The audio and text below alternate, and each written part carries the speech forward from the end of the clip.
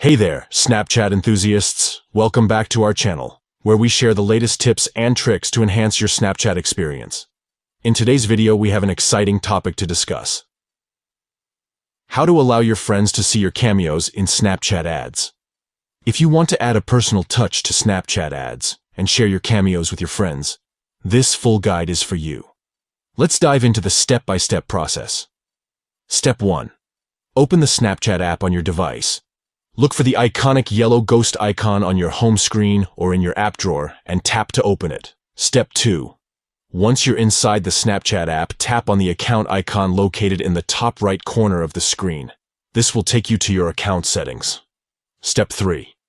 In the account settings, you'll find a gear icon. Tap on it to access the Snapchat settings menu. Step 4.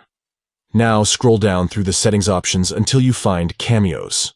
Tap on it to enter the Cameos settings. Step 5.